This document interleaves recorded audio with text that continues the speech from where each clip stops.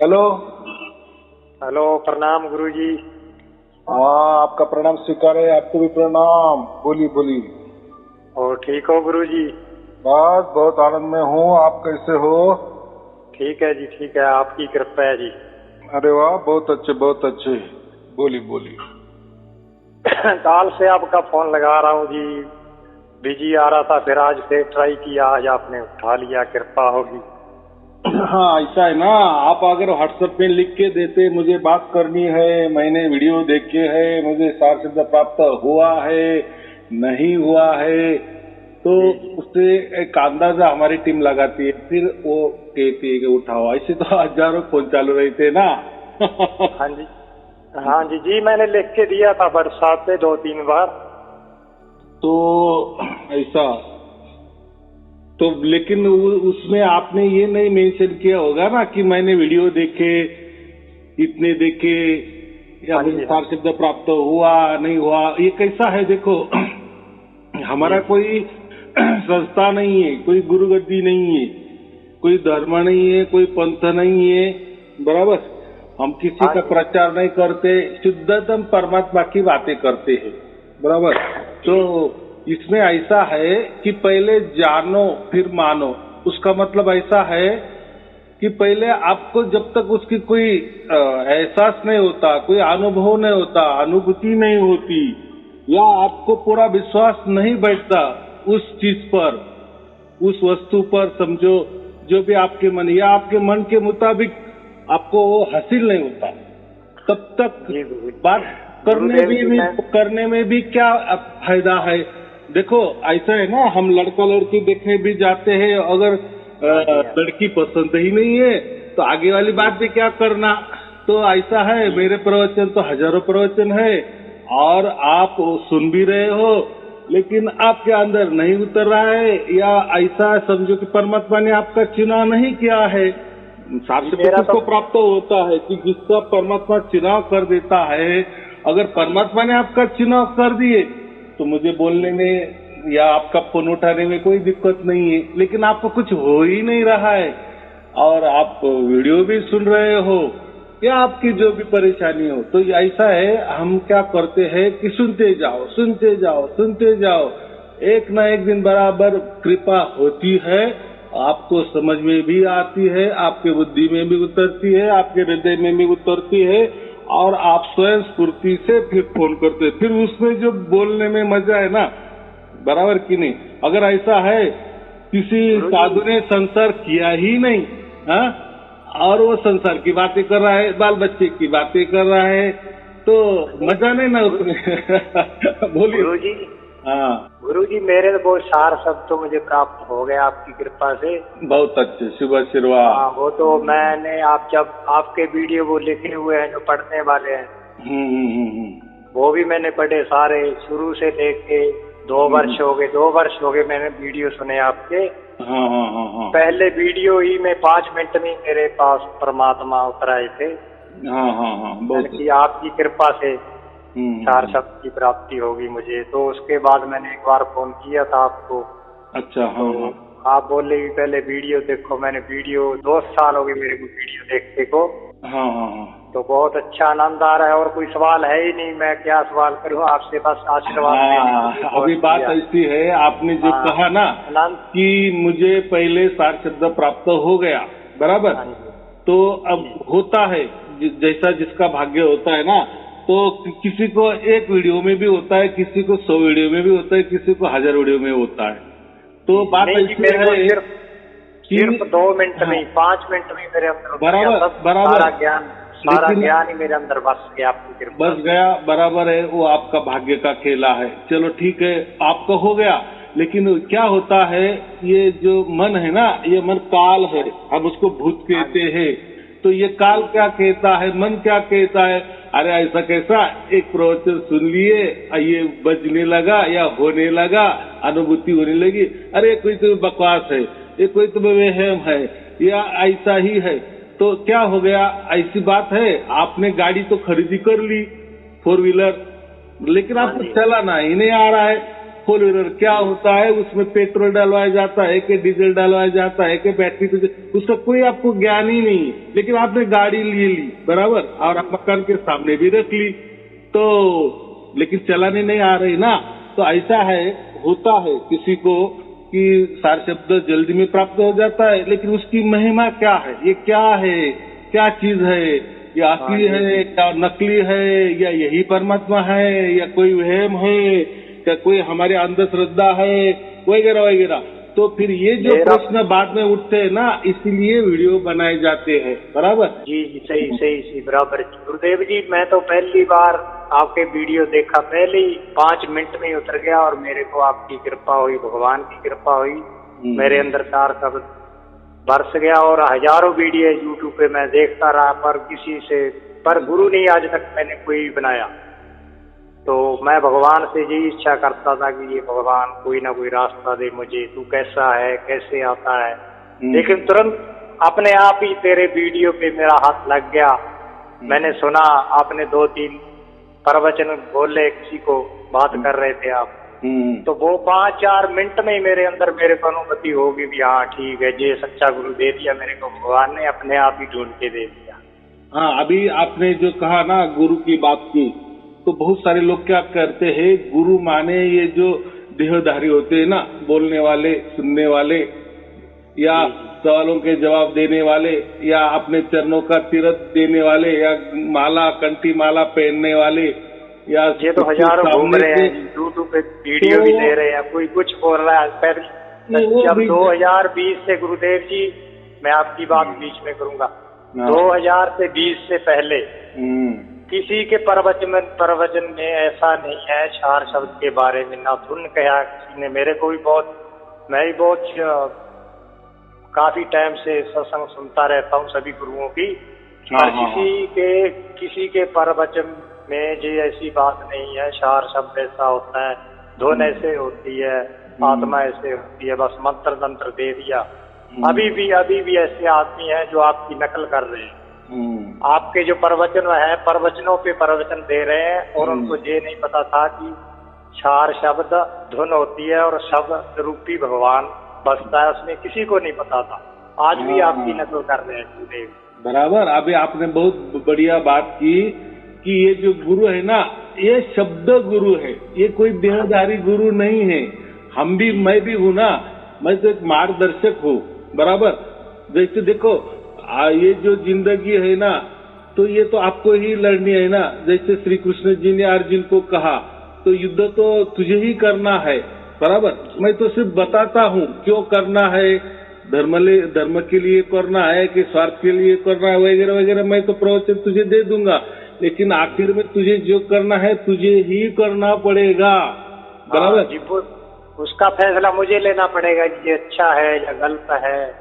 वो भी भगवान की कृपा होती है, वो अंदर बसता है, आदमी को ज्ञान देता है, तो ही सब कुछ होता है। जैसा कि समझो हमने कष्ट से पैसा कमाया, बहुत कष्ट से पैसा कमाया, एक एक पैसा जमा की और हमारा साम्राज्य खड़ा कर दिए। तो हमारा लड़का हो गया, तो उसको तो उतनी उसकी वैल्यू नहीं होगी ना, नहीं कि एक एक पैसे के लिए क्या क्या करना पड़ता है, क्या कष्ट झेलने पड़ते हैं, क्या करना, तो उसके लिए उसकी कोई महिमा नहीं होती। बराबर कि नहीं? तो ऐसा ही है, ये जब परमात्मा जो आपे आप हमारे अंदर जब उतरता है ना, आपे आप उसकी तरफ से, उसकी मर्जी से, ना क्यों हमारी मर्जी से। और ये जो गुरु लोग बाकी क्या करते, हमारे मर्जी से, यानी हम मंत्र दे रहे हैं ना, बस ये करो आपको मिल जाएगा, आप ऐसा ध्यान करो मिल जाएगा, आप ऐसा विचार करो मिल जाएगा, आप ऐसी कल्पना करो मिल जाएगा, आप ऐसे बंधन में रहो हो जाएगा। तो ऐसा नहीं होता। परमात्मा किसी का गुलाम नहीं है। बराबर, परमात्मा तो परमात्मा है, वो तो मालिक है, उसका मर्जी का मालिक है, वो जब चाहे उसी को ही मिलता है। और मैं यही तो प्रवचन में बोलता हूँ, तो मेरी बात लोगों को उलट लगती है। हाँ जी सर, उल्ट लगती है कि ये कैसा ज्ञान दे रहा है, कैसे बोल रहा है। लेकिन ये उन लोगों को पता नहीं है कि ये ज्ञान तो सीधा ज्ञान है, सहज ज्ञान है। बात ऐसी है, लेकिन इसी उलट ज्ञान से आज लोगों को प्राप्त हो रहा है। बराबर। हाँ जी, हाँ जी, इस पर विश्वास रखा कि नहीं, परमात्मा ही खुदे खुद आपे आप ही आता है और ये करता है। क्योंकि ये क्या होगा, देखो ना, कोई गुरु मंत्र बोलता है ना कि ये मंत्र ले लो, तो उसमें अहंकार आ गया ना। गुरु का अहंकार है कि नहीं? अरे मैंने मंत्र निकाला, यहाँ से लाया, वहां से लाया, इस धर्म ग्रंथ से निकाला, उस संतों से निकाला, ऊपर से मुझे आया, नीचे से मुझे मिला, वगैरह वगैरह। लेकिन वो तो तेरी ही करतूते है ना, तेरी हर मास वाला देह की करतूते है ना, प्रकृति में ही अपने लाया है ना कैसे तो भी। जी, तो जो प्रकृति के मजे ढूंढते हैं ना जी, जो प्रकृति के मजे चाहिए वो ऐसा करते हैं, तंत्र मंत्र में जाते हैं, प्रकृति के जहाँ के मजे लेना चाहते हैं, उनको क्या जरूरत है भगवान। हाँ, तो जो भी प्रकृति में तैयार होता है या बनता है वो प्रकृति के ही सुख देगा, प्रकृति के फायदे देगा, ना कि परमात्मा वाली फायदा देगा। बराबर। तो इसलिए मोक्ष ढूंढते हैं जी, जहाँ प्रकृति में हमें मोक्ष मिल जाए, तो मोक्ष भी मिल जाए और जो नजारे भी मिल जाए, जहाँ की दोनों चीजें ढूंढते हैं भगवान से। आज तो ऐसा है ना कि जो बड़े बड़े खुद को विचारवंत कहते हैं, तार्किक कहते हैं, तत्वदर्शी कहते हैं, वो तो बोलते ध्यान करो, ध्यान करो, ध्यान में बैठो, ध्यान में बैठो। अरे ध्यान में बैठे बहुत सारे हजारों लोग बैठ रहे हैं, लाखों लोग बैठ रहे हैं, 20-20, 50-50 बरस से बैठ रहे हैं, किसको मिला? नहीं मिला जी। ध्यान में गए, थोड़ी देर शांतता मिल जाती है, सुकून मिल जाता है, लेकिन ध्यान से जैसे बाहर आए तो ये नकली ध्यान हो गया ना। नकली माने शाश्वत नहीं। वही, हाँ जी, वही उनका दुख बन जाता है दोबारा, परमानेंट नहीं। ऐसा ध्यान से कहीं प्राप्त नहीं होता। तो बगुला भी ध्यान करता है, लेकिन जो तालाब में खड़ा रहता है बगुला एक पैर के ऊपर, ऐसा तो लग रहा है ये तो बहुत बड़ी तपस्या कर रहा है, आग भी बंद कर लेता है, लेकिन वो स्वार्थ के वश करता है। जैसे ही मछली आ जाती है तुरंत दोनों पैर पे खड़ा होके चोंच मार के वो मच्छी ले ले। तो ये स्वार्थ। तो ऐसा ही है कि ये जो ध्यान भी करते हैं ना हम, तो उसमें हमारा स्वार्थ छिपा हुआ है कि मैं ध्यान करूंगा और परमात्मा को प्राप्त करूंगा। ये एक अहंकार ही आ गया ना, इसमें नम्रता कहाँ आ गई? अरे वो परमात्मा है, वो उसके खुद का मालिक है। हम कहते हैं उसने इतनी सृष्टि बनाई है, अनंत ब्रह्मांड बनाए, हमें बनाया, तुम्हें बनाया, जरे जरे में उसका शक्ति संचालित है।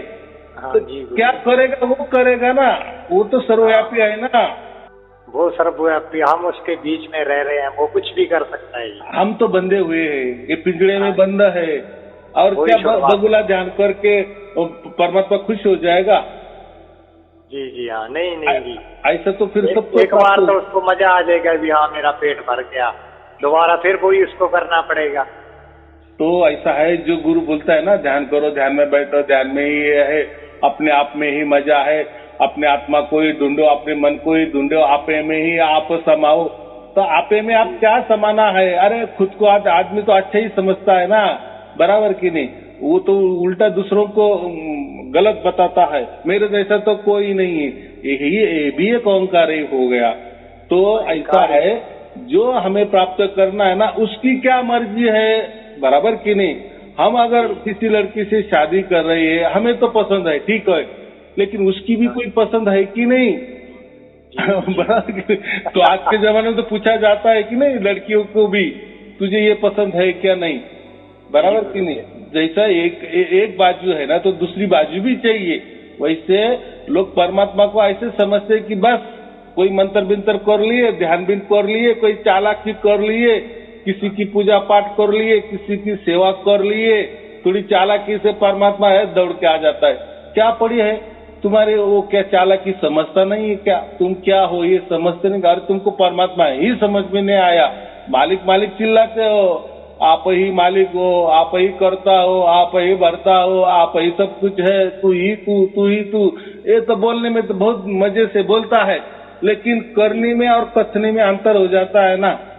हाँ जी, अहंकार वस्तु तू ध्यान में बैठता है और मैं प्राप्त करूंगा, अहंकार वस्तु तू मंत्र जपता है, मैं प्राप्त करूंगा, अहंकार वस्तु तू गुरु धारण करता है, देवदारी गुरु, लेकिन कुछ गुरु ऐसे बोलते हैं, गुरुदेव जी हम उसका नाम तो नहीं लेंगे, नहीं लेना।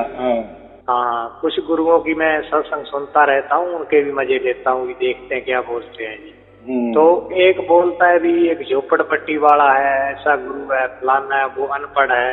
अनपढ़ में तो पढ़ाई, भगवान तो किसी में भी उतर सकता है, छोटे से बच्चे में भी उतर सकता है, तो अनपढ़ में भी उतर सकता है, पढ़े लिखे में भी उतर सकता है। वो तो अपनी मर्जी का मालिक है, अनपढ़ को भी वो ज्ञान दे सकता है कि जितना मर्जी। तो वो बोलता है भी मैं गुरु हूँ, ऐसा हूँ, फलाना हूँ, मेरे जितना ज्ञान किसी को नहीं है। बस वो घर घर जाके बोलता है मेरे को 11 साल हो गए सत्संग करते को, आज से पहले किसी ने नहीं ऐसा किया।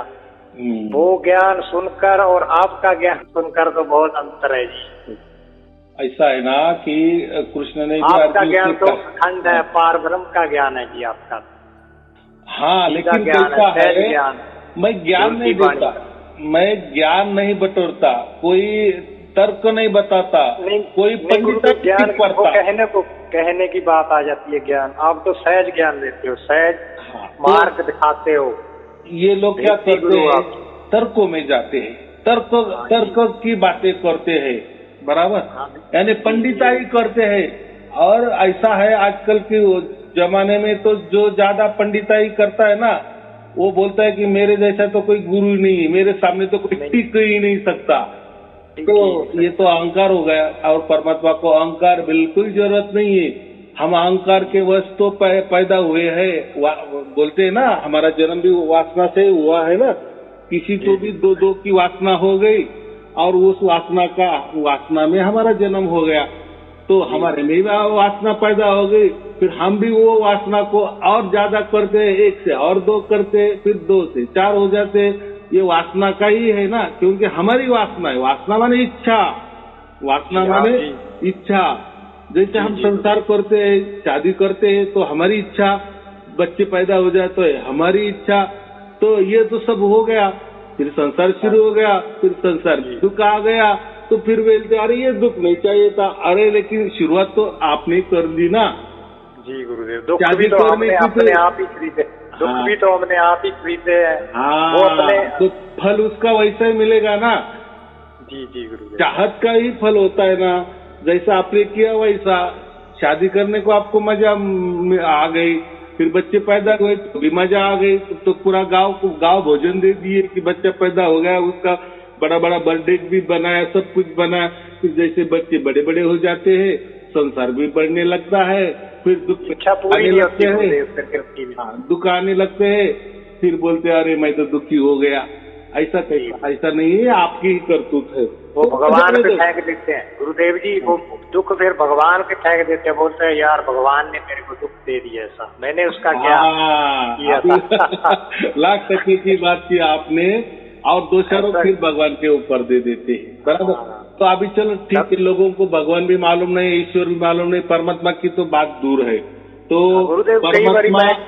परमात्मा किसी को दुख में धकेलता भी नहीं है, और ये दुख का मार्ग भी बताता नहीं है, क्योंकि परमात्मा खुद ब खुद परम आनंद है, परम आनंद है। तो वो उसकी प्राप्ति जब होती है तो परम आनंद ही मिलता है। जी जी बराबर। वो तो हमें दुखों से निकालना चाहता है अभी, तो ये दुखों में है, ये दुखों से बाहर निकले। ऐसा समझो कि ये जो संसार है ना, पूरी दुनिया है ना, एक संघर्ष है।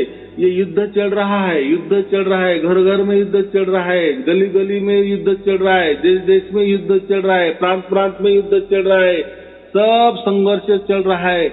और परमात्मा तो देख रहा है कि अपना बच्चा उसमें अटका हुआ है, अभी इसको सही सलामत हम कैसे निकालें, बराबर।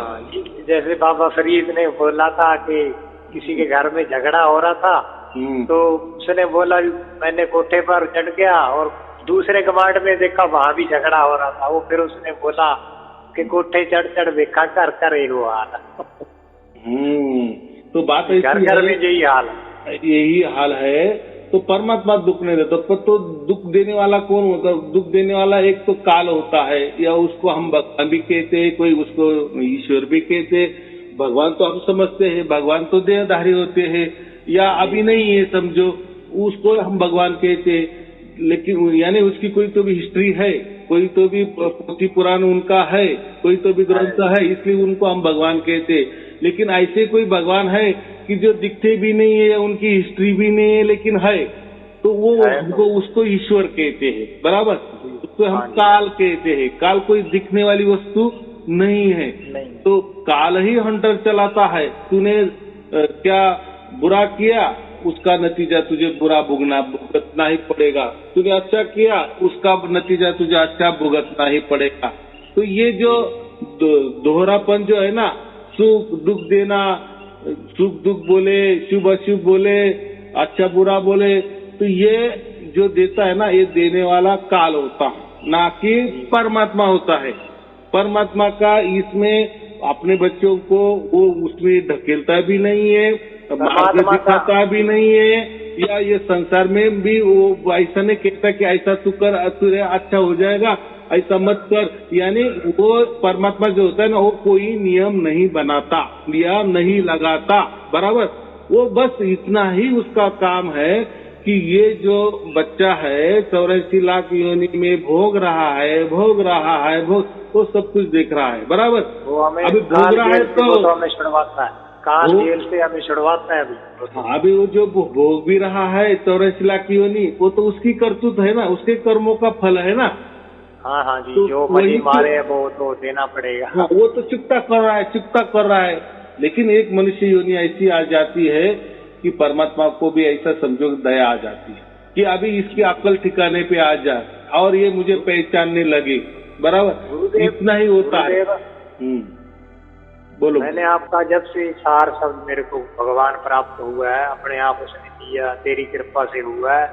मजे में रहता हूँ, आनंद में रहता हूँ, आपकी कृपा बरस रही है। हर रोज वीडियो सुनता हूँ आपका कोटि कोटि प्रणाम करता हूँ। आप जैसा मेरे को मिला और किसी बिरले को ही मिलता है गुरुजी। हाँ, बिरले को बराबर है। करोड़ों में किसी को मिलता है, लाखों में किसी को मिलता है, बिरले को मिलता है। अगर ये सबको मिल जाए तो फिर उसका वो क्यों। देखो बहुत सारे गुरु लोग क्या करते हैं, ये मंत्र ले जाओ। अभी देखो उसने उसके आश्रम में मंत्र दे दिए, बराबर। अभी जिसने भी ले लिए वो दूसरों को बता भी सकता है, या ऐसा समझो कि वो गुरु कहता है कि ये मेरा मंत्र ले लो, आपका सब कल्याण हो जाएगा। तो वो तो बहुत इजी बात हो गई, वो तो सबको मिलने वाली है ना जी गुरु। वो और गुरु न कर सकता है क्या कि मैं तुझे नहीं दे दूंगा मंत्र। यानी ये मंत्र में कुछ नहीं है, तो ये ऐसे ही फोकट वाली बात है। ले जाओ। वैसा ही ध्यान की टेक्निक समझो। कोई ध्यान की ये ऐसा ध्यान लगाओ, वैसा ध्यान लगाओ। ये बातें करना, कोई प्रवचन करना, कोई तार्किक बातें करना, पंडिताई करना, ये तो फोकट का लोगों को मिल जाता है। लेकिन ये फोकट में मिलता है, दूसरों से मिलता है, लेकिन उससे परमात्मा नहीं मिलता। बाकी चीजें मिल सकती होगी, वो मालूम नहीं मुझे, बाकी भी वस्तु मिलती होगी, लेकिन प्राकृतिक, क्योंकि मंत्र तंत्र ये प्रकृति के, ध्यान ये प्रकृति के, क्योंकि वो शरीर से किया जाता है ना, मन से किया जाता है ना। मन क्या है? प्रकृति। शरीर क्या है? प्रकृति। इसे जो भी होगा ना तो प्रकृति वाली बातें होगी, और उसका जो फायदा है ना प्रकृति वाला फायदा होगा, ना कि परमात्मा वाला फायदा। हाँ, परमात्मा वाला फायदा, परमात्मा की मर्जी चलती है वहाँ, बराबर। किसको प्राप्त होना है, नहीं होना है, कैसा होना है, वो देखता, क्योंकि वो उसके मर्जी का मालिक है, बराबर। ये वो हमारे हाथ में नहीं है, बराबर। हाँ, हमारे हाथ में ये प्रकृति है। देखो जो कर्म हम करते हैं ना, उसके लिए हम कहते हैं ना बच्चों को भी, अरे तू ज्यादा मेहनत कर तो तू अच्छी तरह से पास हो जाएगा, बराबर। तू तेरा भाग्य करता है। तो प्रकृति में हम कर्म करके हमारा भाग्य कर सकते हैं, बराबर के लिए कष्ट करके तो वो भाग्य बनाते हैं ना हम, हमारा कल्याण आगे हो जाता है। ये प्रकृति में होता है, और ये प्रकृति के सुख के लिए हम कर्म करते हैं और यह भाग्य बनाते हैं। तो ये प्राकृतिक भाग्य हमारे हाथ में है, हम जैसा करेंगे वैसा वो हो जाएगा। जैसा भाग्य हम लिखेंगे या तैयार करेंगे, वो भाग्य का हमें प्रकृति में फल मिलेगा, अच्छा या बुरा, जो जैसा है वैसा। ये प्राकृतिक भाग्य हमारे हाथ में है। लेकिन जो परमात्मा के हाथ में जो भाग्य है ना, वो हमारे हाथ में नहीं है, वो परमात्मा के ही हाथ में है। क्योंकि ये जन्म तो हमें मालूम है कि ये मैं पैदा हो गया, अभी मेरी उम्र इतनी है, लेकिन इससे पहले भी हमारे हजारों लाखों करोड़ों गुना जन्म हो गए हैं। क्या क्या किए हैं, क्या क्या नहीं किए हैं, कितनी हमको अकल थी नहीं थी, हम क्या थे क्या नहीं, वो तो परमात्मा सब कुछ जानता है ना।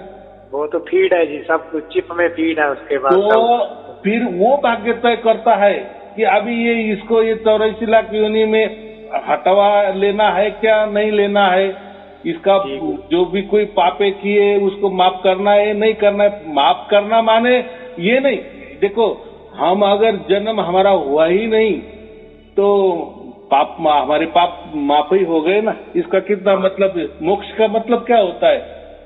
मोक्ष का मतलब ही ये होता है कि हमारे सर्व पाप माफ हो जाते हैं। जो भी हमने कुछ किया होगा लाखों जन्म में हमारे पाप हुए होंगे या इस जन्म में भी हुए होंगे, वो उसको हम माफी मिल जाती है।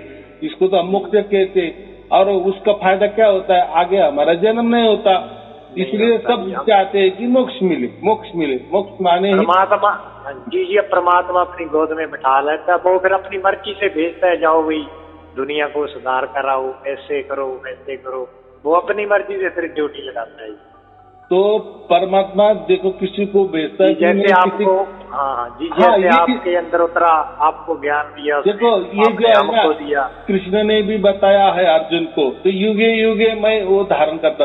तो युगे युगे वो जो आता है ना, हर युग में आता है। युग का मतलब ऐसा समझो कि परिस्थिति अनुरूप जैसी परिस्थिति होती है वैसा। जैसा अभी मोबाइल का शोध लग गया, अभी 20 साल हो गए। अभी देखो मोबाइल की जरूरत थी इसलिए मोबाइल निकल गया, टीवी की जब जरूरत थी तब टीवी निकल गया।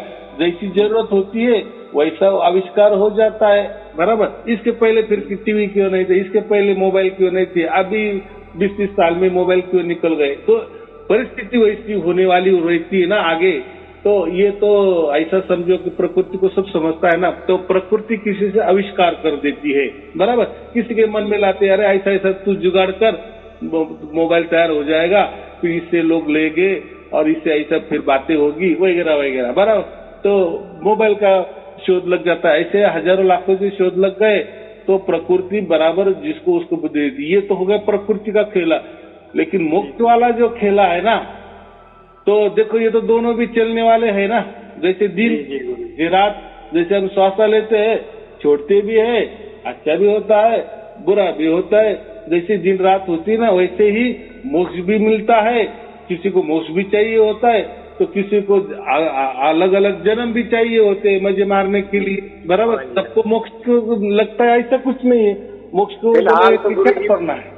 फिलहाल तो गुरुजी लाखों 100 बंदे में से 5 आदमी मोक्ष मांगेंगे, बाकी तो ये भी सुविधा परमात्मा करके रखता है। क्यों?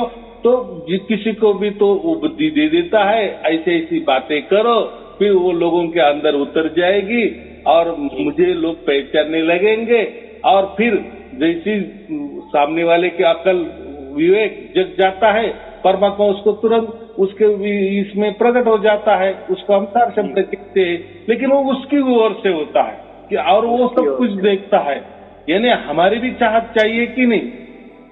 और चाहत तो देखो, चाहत भी हमारी होगी, लेकिन उसके जैसे हमें 4 व्हीलर लेनी है तो हमारी जेब में वो पैसा भी चाहिए कि नहीं?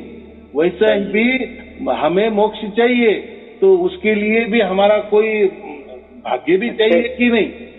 लेकिन ये जो भाग्य है ये हमारे हाथों में नहीं। जैसे ये गुरु लोग बोलते हैं ये मंत्र ले लो, भाग्य तैयार करो, परमात्मा मिल जाएगा। ऐसा कहीं परमात्मा नहीं मिलता। ये ध्यान कर लो, परमात्मा मिल जाएगा, थोड़ी ना बिकता है, परमात्मा मिल जाएगा। नहीं, ये भाग्य का खेला जो है ना, मैं इसलिए बहुत बार कहता हूँ कि कर्म का सिद्धांत और भाग्य सिद्धांत, ये जो दोनों है ना, ये परमात्मा को ही मालूम है। क्योंकि परमात्मा ये आजन्मा है और अनंत काल से है वो, बराबर। तो इसके पहले क्या थे, हम क्या नहीं थे, वो तो सबका हिसाब उसके पास है। तो जैसे हम उसके लायक बन जाते हैं, बस वो हमारा तुरंत चुनाव कर देता है। फिर हम बोलते हैं अरे मुझे तो परमात्मा प्राप्त हो गया, यानी परमात्मा का सिग्नल मुझे मेरे तक पहुंच गया, बराबर। अभी आपका मकान है तो तो मकान के अंदर सब कुछ रेडिएशन है कि नहीं? तो हम कहते आपने कोई ट्रांजिस्टर लाया, रेडियो लाया तो हर स्टेशन लग जाएगी। आपने कोई मोबाइल लाया, मोबाइल से बात भी हो जाएगी। क्यों? तो ये हवा में सब कुछ चैनल है, मौजूद है, बराबर। सब उसकी लीला से अपने आप सिग्नल है, वैसा परमात्मा का सिग्नल हर जगह है, कण कण में है, जर्रे जर्रे में है। लेकिन जैसा मोबाइल के लिए टावर लगता है और मोबाइल लगता है, तभी मोबाइल जब मिलेगा तभी वो टावर पकड़ेगा, तभी बातचीत हो गई जाएगी, बराबर। एक टावर, जी गुरु जी देखो, एक टावर से हजारों करोड़ों लाखों मोबाइलों में रेंज आती है। तो एक ही टावर देख लो, एक ही मशीनरी है, एक ही दफ्तर होगा जिसका, जहाँ भी होगा इसका। तो वैसा ही है ना, जैसा इंटरनेट समझो, पूरे दुनिया में इंटरनेट है कि नहीं? तो वैसा ही परमात्मा सब जगह है, लेकिन कोई इंटरनेट चलाता है, कोई नहीं चलाता है, बराबर। जैसे उसने उपकरण लगा दिए कि इंटरनेट चालू हो जाएगा। अगर जिसको नहीं जरूरत तो नहीं लगा, नहीं आता इंटरनेट उसके पास। वैसा ही परमात्मा का, परमात्मा हर जगह है। लेकिन अगर चाहत हमारी है कि परमात्मा क्या है ये हमें समझ में आ गया, उसको हम भाग्य कहते हैं, हम ना, हमारा जागना कहते, जग जाना कहते। जैसे हम सपने में से जाग जाते हैं, जागृति में आ जाते, होश हवास में आ जाते, तो परमात्मा के भी चाहत के लिए होश चाहिए रहता है, नहीं तो फिर परमात्मा भी नहीं समझता। तो हमारा जब भाग्य हो जाता है ना, तब हमको परमात्मा की सब समझ में आ जाता है, और फिर परमात्मा को ये बात तुरंत समझ में आती है, और परमात्मा उसकी ओर से दौड़ के हमारे पास चले आता है। क्योंकि हम नहीं जा सकते ना, मैं तो क्या कहता हूँ, हम हमारे मकान से दूसरे मकान में भी नहीं जा सकते। अब बैठ जाओ ध्यान में, ध्यान से। हाँ, आप कल्पना कर सकते हो, बराबर। कल्पना करके तो आप तो मेरे सामने भी आ सकते हो, लेकिन वो झूठ मूठ की कल्पना होगी ना। हाँ जी। अभी आपने कल्पना कर दी कि हमारी बातचीत हो रही है, आप ऐसे कर सकेंगे कि कल्पना करके तो दूसरे गुरुओं ने बड़े बड़े महल दिखा के भगवान ऐसे बैठा है, भगवान ये लोगों को समझ में नहीं आता। लेकिन उनको पता तो नहीं भगवान ना कोई उसका घर है, ना कोई इसका आकार है, ना कोई वो बंदे के रूप में, वो तो बस सहज है, ना उसका पता है पर है। हाँ, तो ऐसा है। ये तो गुरुआ लोग तो क्या करते, किसी को सपना भी गिर गया, सपने में गुरु आ गया, वो बोलता हाँ मैं ही आ गया। अरे क्या बात कर रहे हो, कोई वो आता नहीं है। सपने में कुछ भी दिख लिए या ध्यान में कुछ भी दिखाई देने लगे तो बोले नहीं आप वहां गए थे। तो किसी को ध्यान में स्वर्ग दिख गया, बोले आप स्वर्ग में चले गए थे। आप पूरी दुनिया में जा सकते हो, ध्यान से जा सकते, कोई कहीं नहीं जा सकता। ये सब मूर्खतापूर्ण बातें हैं।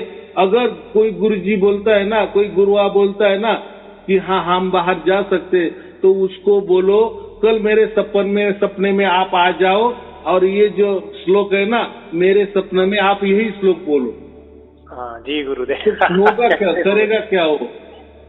नहीं, कुछ नहीं कर सकता। या कल क्या होने वाला है ये आज बताओ कि फलाना फलाना देश में ऐसा ऐसा बवाल कल होने वाला है, आज बोल दो ना। तो आपको तो कल भी जा सकते हो। आप बोले मैं पीछे भी जा सकता हूँ, आगे भी जा सकता हूँ, ऊपर भी जा सकता हूँ, नीचे भी जा सकता हूँ, ध्यान से जाता हूँ, यहाँ जाता हूँ, वहाँ जाता हूँ, स्वर्ग में जाता हूँ, नरक में जाता हूँ। तो ये सब बकवास बातें हैं, ऐसा कोई कहीं नहीं जाता। हम घर में भी बाजू वाले मकान में क्या चल रहा है ये भी हमें नहीं समझ में आता, बराबर। हाँ, कल्पना से तो कुछ, कल्पना तो कल्पना है ना, वो तो झूठ ही उसको बोला जाता है ना, बराबर। वो झूठ का सहारा क्यों लेना कि हम हमारे मकान से भी बाजू के मकान में नहीं जाते, उसके मतलब क्या है कि कोई कहीं नहीं जा सकता। तो ये कल्पना में जा सकते हो, लेकिन कल्पना है, झूठी कल्पना है, बराबर। और झूठी से वैसे ही गुरुआ लोगों ने झूठा परमात्मा खड़ा कर दिए है, झूठा सतलोक तैयार किया है कि ये मंत्र से आप सतलोक भी जा सकते हो, ये ध्यान से आप सतलोक भी जा सकते हो, यहाँ जा सकते हो, वहाँ जा सकते, कोई कहीं नहीं जाता, बराबर। ये सब अरे जब बड़े बड़े आसनों पे बैठ जाते हैं, प्लास्टी मार के बड़े बड़े आसनों पे, बड़ी बड़ी सीटें, अपने आप को समझ लेते हैं हाँ ये भगवान है। दुनिया वाले क्या करे बेचारे, माथा टेकते हैं। हाँ, तो बात ऐसी है, जो भी लोग बोलते हैं ना कि मेरा गुरु भगवान है, मेरा गुरु ऐसा है वैसा है, तो ये जो गुरुआ लोग होते हैं ना, यही झूठी बातें बराबर अपने चैनल के द्वारा यानी अपने खास लोगों के द्वारा प्रसारित करते हैं या उनको बेवकूफ बना के उनको विश्वास में लेते हैं। फिर वो विश्वास में लोग आ जाते हैं, अपने नजदीकी लोग, फिर वही अफवाह वो उसका प्रसार प्रचार करते हैं। जो हमारे गुरु जी है ना, एक कबीर जी है, कबीर जी का अवतार है, हमारे गुरु जी है ना, ये परमात्मा है, हमारे जो गुरु है ना वो कृष्ण का अवतार है, विष्णु का अवतार है, भगवान का अवतार है, ईश्वर का अवतार है, वगैरह वगैरह वगैरह। तो ऐसे मानने लग जाते हैं, उसकी बुद्धि में घुस जाते हैं जो गुरु वालों। तो ये गुरु की ही करतूत होती है, ना कि शिष्यों को। ये गुरु ही चुपके से शिष्यों को, पहले जो उनके खास लोग होते हैं ना, हम बोलते हैं उनके आजू बाजू अगल बगले लोग जो होते हैं ना, अगल बगल घूमने वाले, तो यही काम करते हैं ये सारा। और ये सब चलता है। अब ये ऐसा है, देखो ये तो घोर कलयुग है, इसमें सब कुछ समझ में आता है। आजकल तो बहुत दुनिया आगे गई है, लेकिन कैसा है, बहुत सारे लोग अज्ञानी भी रहते हैं ना, और लोग ज्यादा अंधश्रद्धा पे ज्यादा विश्वास करते हैं। कोई सच मानने को तो कोई तैयार नहीं होता। अगर किसी को बोल दो भाई ये नहीं यार ये बात है, अगर अरे यार तेरे को क्या पता है, तेरे को क्या पता है, तू बड़ा भगवान बनता है, ज्ञान देता है, तेरा गुरु ऐसा। कभी बार तो मैंने गुरु जी की एक दो आदमी को बताने की कोशिश की कि मेरा गुरु ऐसा है, बहुत अच्छा है, सहज गुरु है, ना तो वो चीजों का लालच करता है, ना कोई ऐसा, बस सहज है। जैसे गुरु नानक जी आए थे वैसा है, जैसे कबीर जी आए थे वैसा है, जैसे कोई और संत आए, संत महात्मा जी वैसे का वैसे ही है। लेकिन फिर भी लोग जहाँ भीड़ होती है ज्यादा, पीछे लगे उनके पीछे जाते हैं, उनके पीछे लग जाते हैं। लोगों को अंधविश्वास में ज्यादा विश्वास होता है। जैसा कोई गुरु प्रवचन करता है ना, तो कोई प्रकृति वाली बातें कर लेता है, संसार वाली बात करता है। अरे आपके घर में जो घड़ी लगी है ना, इस दिशा से वो हटाओ, इस दिशा में लगाओ, आपका अच्छा हो जाएगा। सुबह आप उठ जाओ तो पहले ये दर्शन कर लो, आपका अच्छा हो जाएगा। ये इसमें ये करो, वो करो, ऐसा करने से आपका ऐसा होगा, वैसा, सब प्रकृति वाली बातें, सब सांसारिक बातें। और वो उन लोगों को यही गुरु आजकल अच्छे लगने लगते हैं कि ये कुछ तो भी बताते हैं, संसार कैसा अच्छा हो ये बताते हैं, ये गुरु बहुत अच्छा है। तो ये देखो, ये सरासर अंधविश्वास होता है। और ये गुरु को तो सब मालूम होता है कि मैं कितना लोगों को एड़े में निकाल रहा हूँ, बराबर। लेकिन लोग अगर एड़े में बनना चाहता है, एड़े ही बनना चाहते हैं, तो फिर वो क्या, उसका फायदा तो उठाएगा कि नहीं। तो देखो आजकल के बहुत सारे गुरु है, कुछ न कुछ बताते हैं, दिशा का ज्ञान देते हैं, चलने का ज्ञान बताते हैं, बोलने का ढंग बताते हैं, सोने का ढंग बताते हैं, विचार करने का ढंग बताते हैं। ये ऐसा करो तो ऐसा हो जाएगा, वैसा करो तो वैसा हो जाएगा। और लोग इतने तालियां बजाते, तो लेकिन अरे वो क्या काम का है, उसमें कोई परमात्मा मिलने वाला है, कोई मोक्ष मिलने वाला है, मिलेगा सब। चलो खाते जाते हैं, संगत देख कर आ जाते हैं घर पे, चलो भी, और कुछ नहीं। तो अंधविश्वास में ही गुरुआ लोग लोगों को रखवाना चाहते हैं। और इसी अंधविश्वास के खिलाफ गुरु नानक देव जी ने बहुत बढ़िया काम की। वो तो डायरेक्ट बोलते थे, मुंह पे बोलते थे कि ये तुम गलत कर रहे हो, बराबर। तो बाकी लोगों की हिम्मत नहीं होती थी। और वैसे भी काम कबीर साहब ने भी किया, लेकिन उन्होंने दोहे के माध्यम से किया, बराबर। उनके दोहे ऐसे लगते थे कि मानो उनका दोहा कोई पढ़ लेता है ना, तो ऐसा चोट लगती थी सामने वाले को। सीधा। और वही काम गुरु नानक देव जी भी करते थे, लेकिन गुरु नानक देव जी डायरेक्ट बातें करते थे, डायरेक्ट वो कोई भीड़ भाड़ नहीं रखते थे। जो गलत है ना उसको गलत ही बताते थे, और वो उसका प्रूफ भी कर देते थे कि ये कैसा गलत है। तो देखो ना, फिर गुरु नानक संतों ने, ऋषियों ने गुरु से नानक से पूछा, गुरुदेव जी, गुरु नानक से पूछा भी आपका गुरु कौन है, आप कहाँ हो, कौन सा रब है आपका। उसने कहा था उनको, ऋषियों को भी, शब्द गुरु मेरा सुरती तो नचेला। उसने यही बोला था, बराबर ना, गुरु नानक जी। तो उन्होंने जो भी बोला ना, जितने भी गुरु नानक देव जी के बाद में भी जो गुरु हो गए, उनके अभी तो गुरु परंपरा बंद है, लेकिन जो भी वो हो गए 10 एक गुरु, तो उनको बहुत तकलीफें हो गई, क्योंकि तकलीफें ऐसे कि वो जो बोलते थे सच बोलते थे, बराबर, कोई भीड़भाड़ नहीं रखते थे, अंधश्रद्धा के खिलाफ, पूरे के पूरे धर्म के खिलाफ, पूरे के पूरे जो झूठ है वो झूठ ही बोलते थे, जो अंधविश्वास है उसको अंधविश्वास ही भी वो पूरे उजागर खुल के कर देते थे, बराबर। उनको लेकिन किसी का भय ही नहीं था गुरु जी, उनको डर ही नहीं था, मौत का डर था, वो तो सच का सामना डट के करते थे, क्योंकि उनको मौत भगवान के साथ रहता था, हर वक्त विश्वास था उनको, तो इसलिए उनका नाम हो गया है। तो ऐसे विभूति आते हैं, वैसे कबीर जी भी उन्होंने ऐसा कर दिए, तो ये बहुत महान लोग हैं और ये पूरे के पूरे अंधविश्वास के खिलाफ है। लेकिन बाद में अभी देखो कबीर जी के बाद में बहुत सारे पंथ निकल गए, तो बहुत सारे अंधविश्वास ही उसमें घुसट गया ना। हाँ जी, बहुत घुसट। आप तो नकल बहुत कर रहे हैं गुरु जी, आपकी नकल, मैं तो हंसता बहुत हूँ, आपकी नकल बहुत कर रहे हैं गुरुमानों में। नहीं वो पहले इसका धुन का, ये धुन के शब्द क्या होता है, ये ज्ञान क्या होता है, किसी को नहीं पता था, किसी को भी धुन को क्या कहते हैं, कण कण में वो कैसे बसता है, कैसे बात करता है, हम कहना चाहें तो बात बराबर है। देखो नकल कर रहे हैं तो मैं कभी सुन लेता हूँ तो हंसी आती है भी, लेकिन बात ऐसी है, देखो नकल करते कोई बात नहीं, चिंता की बात नहीं, चलो अच्छी बात है, लेकिन एक बात है ना, मेरे बातचीत सुनने से परमात्मा अंदर उतर आता है, तो उनकी बातचीत करने से आता है क्या, ये बताओ। नहीं आता जी, नहीं आता नहीं आता। तो यही महत्वपूर्ण होता है, वो वक्त वक्त की बात होती है, किसी को गॉड गिफ्ट रहती है, वो जो मुझे काम दे दिए मैं कर रहा हूँ, अगर उनको नकल का काम कर रहे वो नकलची है, लेकिन ठीक है वो भी अच्छा काम है, वो भी परमात्मा के बारे में बोल रहे हैं ना, लेकिन उनका जो बोलना है और जो उनके बोलना सुन रहे, लेकिन उनके अंदर कोई परमात्मा नहीं उतर रहा है ना। अहंकार है जी, उनका अहंकार है, लोगों को भीड़ बढ़ाना उसकी, कि हमारे साथ लोग जुड़ जाए, पैसा बटोरने के। वो ठीक है, वो कुछ ले लिया, कोई कार चढ़ा जाता है उनको, कोई गाड़ी चढ़ा जाता है, कोई पैसा बैंक में निकलवा लेता है, हाँ बहुत अच्छे गुरुकुरवा लोग हैं जी। तो ठीक है, उसमें हमें नहीं जाना है। देखो कृपा हुई है गुरुदेव की मेरे को, तो जब से आपकी कृपा हुई है आनंद में रहता हूँ, प्रकृति मुझको तो अच्छी नहीं लगती, अब तो ऐसे लगता है बस जब प्राण निकलेंगे झट से भगवान खींच आपकी कृपा से। हाँ, तो अभी देखो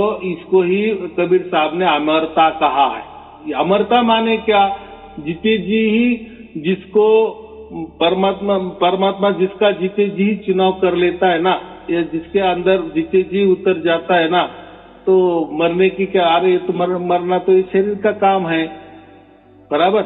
और जो भटकने का काम आत्मा होती है, भटकने का काम आत्मा करती है, 84 लाख तो आत्मा भटकती है, लेकिन जीते जी ये हमारी आत्मा परमात्मा से जुड़ गई है, चिपक गई है, हमेशा के लिए चिपक गई है, तो अभी बिछड़ने का क्या काम है, बराबर।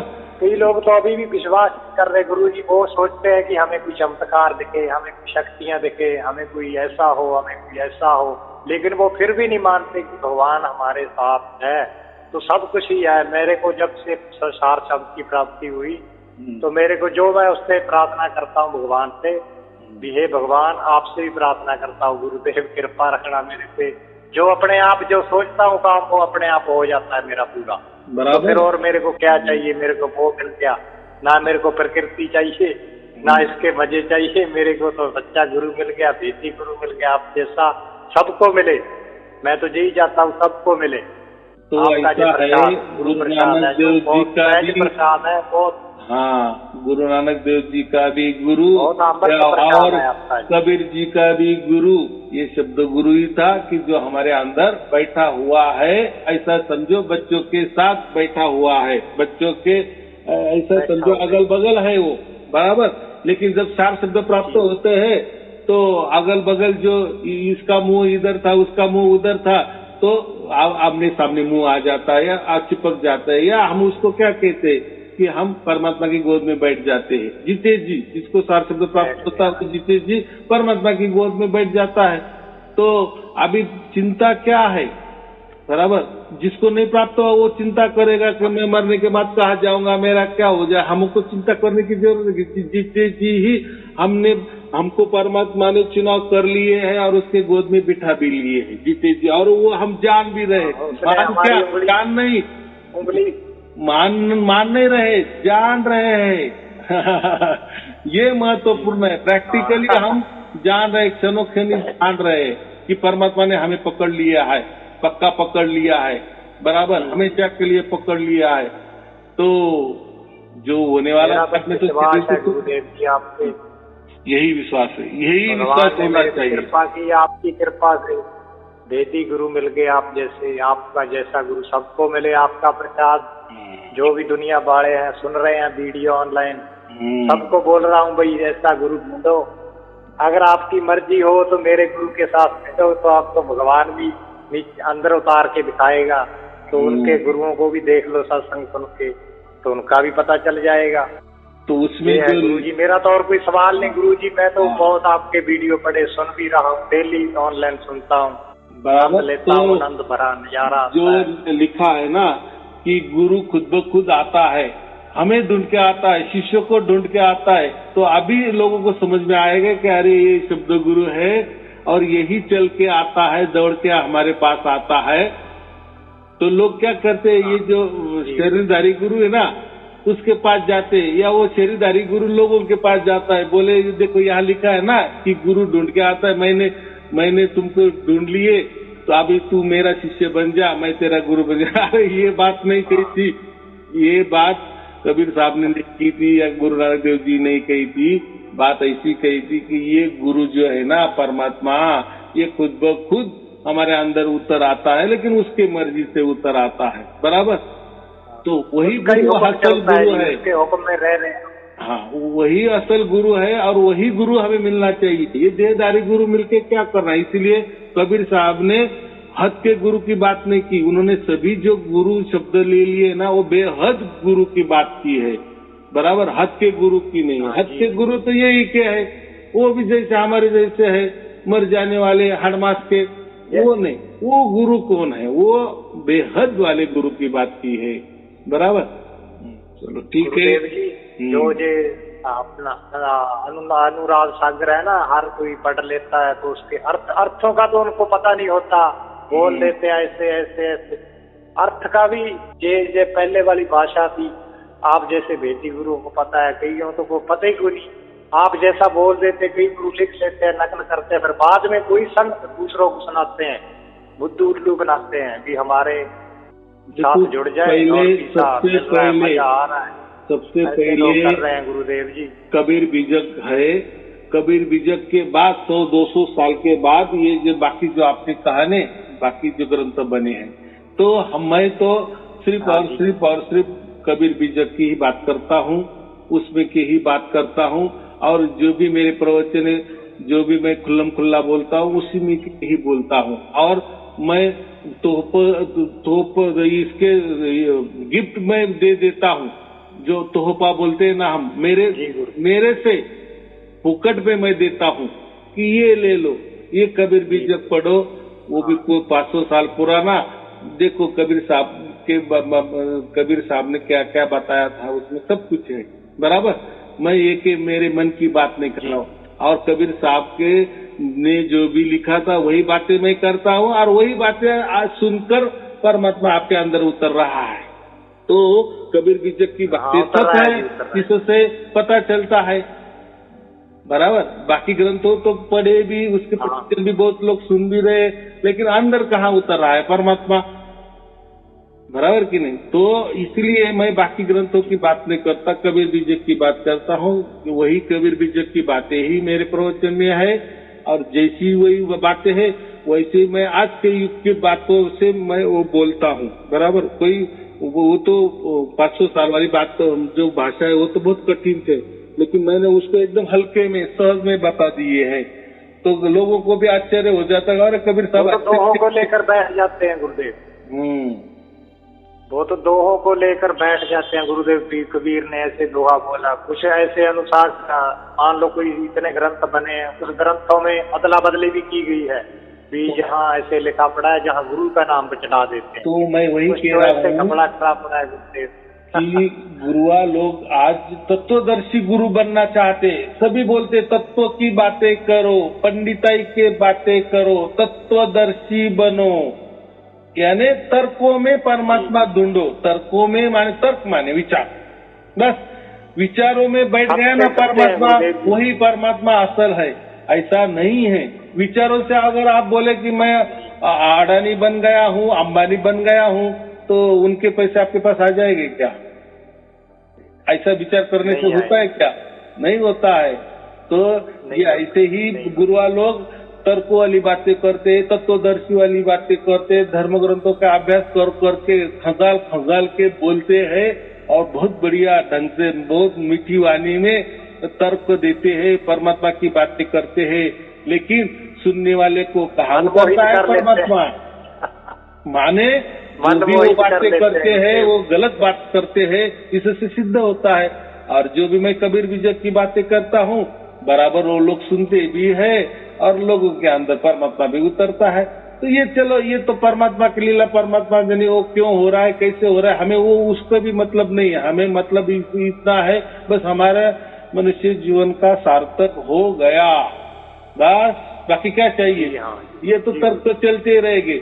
जैसी दुनिया बनी वहां से तर्क शुरू हो गए तो दुनिया खत्म होने तक तर्क चलते ही रहेंगे। तर्क, अंडा पहले की मुर्गी पहले, अंडा पहला की मुर्गी पहली, क्या उससे जान भी लिए मान भी लिए, एक उससे क्या मिलने वाला?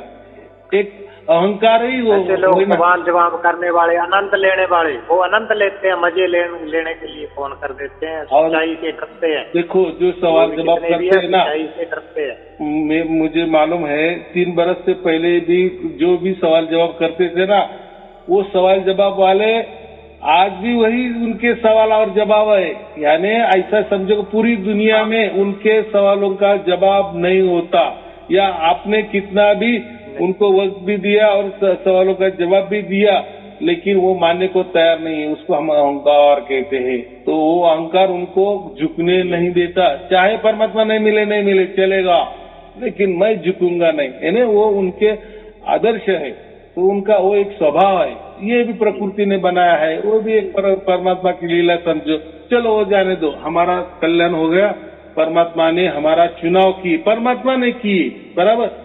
किसी देवधारी ने आपका चुनाव नहीं, खुद परमात्मा ने किए। इसीलिए परमात्मा ने आपका चुनाव किए, तो इसलिए आप संत बन गए हो, बराबर। किसी गुरु ने आपका चुनाव किए होते तो आप शिष्य बने होते। यहाँ क्या बने हो? आप संत बने हो, क्योंकि आपका डायरेक्ट कांटेक्ट परमात्मा से हो गया है, बराबर। किसी देवधारी गुरु से नहीं हुआ है। और यही महत्वपूर्ण है। बस हम मनुष्य जन्म में संत बन गए, इससे और अच्छा हमारे समाज के लिए, हमारे परिवार के लिए क्या चाहिए? बराबर कि नहीं? हमारा आत्मा तो जान रहा है ना कि हम क्या बन गए, बराबर।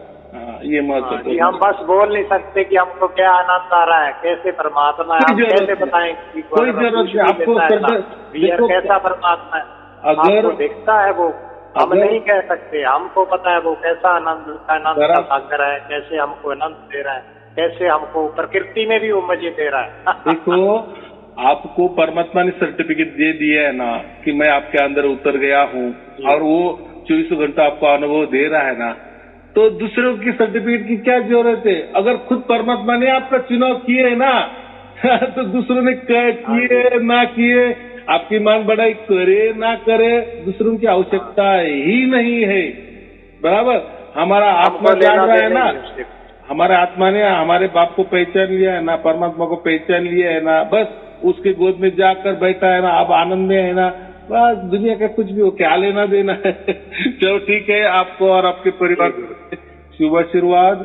सत साहेब जी, सत साहेब जी, सत गुरुदेव, आपकी कृपा बहुत हो रही है। मेरा कोई सवाल जवाब, मैं तो आपसे आशीर्वाद लेने के लिए फोन किया, और आपका वो अकाउंट नंबर है जो मैं आपको दीक्षा डाल दूंगा अपनी तरफ से। भगवान की कृपा हुई, इतना बड़ा आपने आपको भगवान दिया है, और क्या हमें चाहिए? बस चलो ठीक है, आपको और आपके परिवार के लिए शुभ आशीर्वाद। सत साहेब जी, सत साहेब जी, सत साहेब।